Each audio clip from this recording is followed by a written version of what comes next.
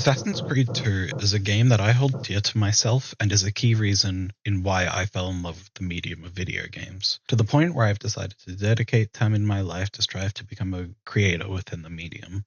Through both gameplay and narrative aspects, Assassin's Creed 2 was able to deliver an interesting experience which allowed me to view how interesting and fulfilling video games could be when certain characteristics of the medium are fully pushed and developed upon. Through looking at Freud's concepts of id, ego, and superego, as well as self-determination theory, I aim to look at and highlight how Assassin's Creed 2 focuses on its narrative and gameplay elements to allow for an engaging and self-fulfilling game. Freud's theory of id, ego, and superego is a good way of analyzing how a game can immerse and challenge the player through the actions that the player must decide to take. Id, as Freud suggests, is the part of our psyche that represents our most primal instincts and desires.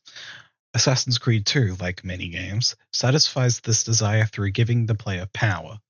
Throughout the process of the game, the player gets more and more stronger, allowing for them to feel more powerful.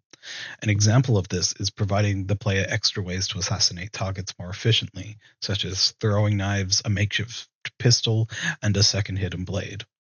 Ego is that part of the id which has been modified by the direct influence of the external world, as put by Freud.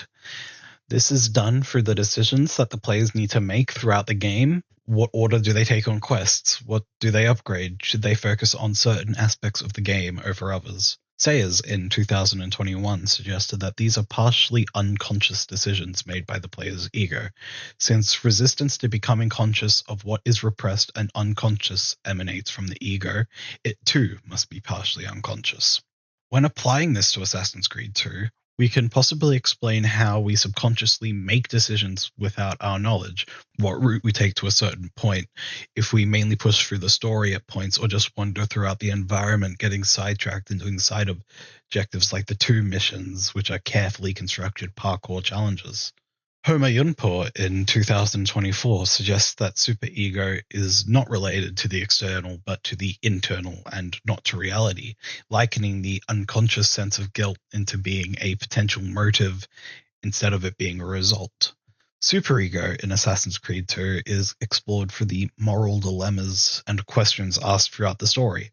The game lacks choices that directly affect the story like some RPGs have, and instead takes its predetermined story and tries to immerse the player and allow for deep connections between the player and Ezio Auditore. This allowed for me to internally challenge and question the actions of characters across the game's 2 big factions, one of which, the Assassins, are a group which strive for freedom and push against oppression through a variety of means, while the other group, the Templars, are a group who seek to control all of humanity like slaves for a perfect world. Both sides of this war commit very morally questionable actions and invited me to question if the means balance with the outcome alongside their own morals. The aspects of self-determination theory could also be related back to Assassin's Creed 2 and allow for a further look into how the game immerses the player.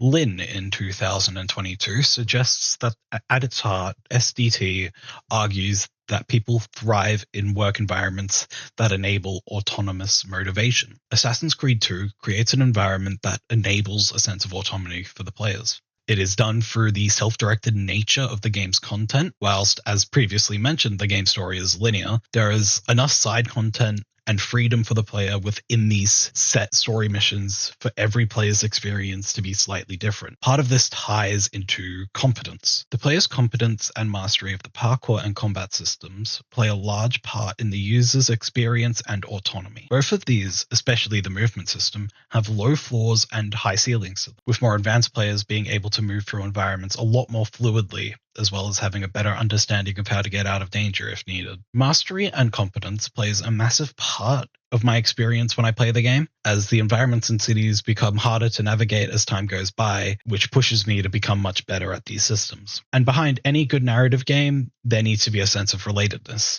Many of the game's events are inherently tied to themes such as family and having a purpose, and that resonated with me heavily when I first played the game. Even though you don't necessarily know the Auditore family for long, the story is structured in a way where you are still able to feel that connection between the characters before everything goes downhill, allowing for the player to properly care about the surviving family members as well as Ezio's own battles for finding a place to belong after the noble life he knew was snatched away from him. Through the application of these elements of self-determination theory, as well as viewing the game through Freud's theory of id, ego, and superego, I have tried to shed some light on both the narrative and gameplay aspects of Assassin's Creed 2, which were able to influence and impact my life so much to the point where I fell in love with the medium of video games.